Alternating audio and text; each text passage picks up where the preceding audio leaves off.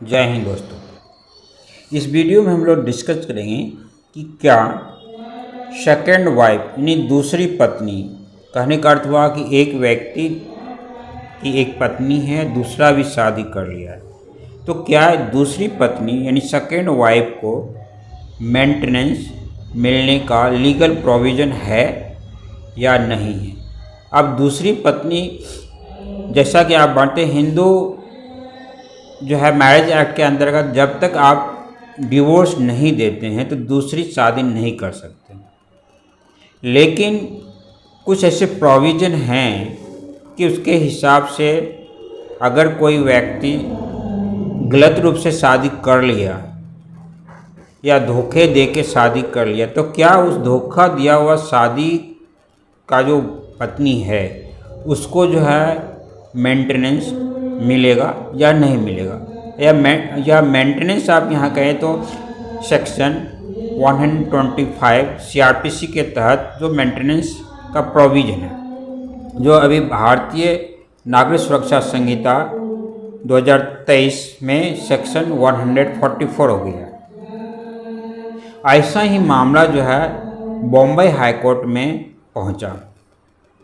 एक औरत के साथ कोई व्यक्ति जो है शादी किया और शादी धोखे से किया। जिससे शादी किया है उसको नहीं बताया कि मेरी एक पहली पत्नी भी है जिसको हमने डिवोर्स नहीं दिया। मीन्स इसको अनजाने में रखा इस औरत को और इससे दूसरी शादी कर लिया।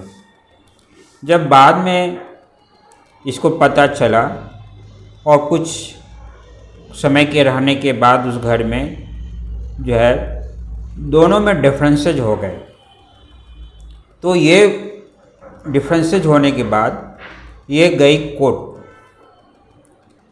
और कोर्ट में, डिस्ट्रिक्ट लेवल के कोर्ट में मेंटेनेंस की गुहार लगाई। लेकिन डिस्ट्रिक्ट कोर्ट ऑर्डर दिया सेक्शन 125 CRPC के अंतर्गत, जो अभी ऑलरेडी जैसे बताया भारतीय नागरिक सुरक्षा संहिता के अंतर्गत 144 हो गया है, कि सेकेंड वाइफ को जो है और मेंटेनेंस का जो है प्रोविज़न नहीं हो सकता है, और ये प्रोविज़न सेक्शन 125 नहीं देता है, और उसकी जो है पेटिशन डिसमिस हो गई डिस्ट्रिक्ट लेवल में।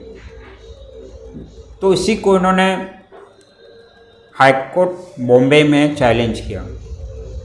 जब अब चैलेंज किया तो वहाँ पे ये प्रूव करने में साबित हो गई कि मेरी शादी जो हुई है, मैं जिस व्यक्ति का सेकंड वाइफ हूँ, उसने मुझे धोखे में रख के शादी किया। मुझे नहीं बताया गया था कि उसकी पहली भी पत्नी है, और मुझे नहीं बताया कि उसने डिवोर्स बिना डिवोर्स दिए हुए पहली पत्नी से हमसे शादी कर रहा है। मैंने वो पहली पत्नी के बारे में इन्हें कुछ पता ही नहीं था इस लेडीज़ को, और ये शादी कर लिया।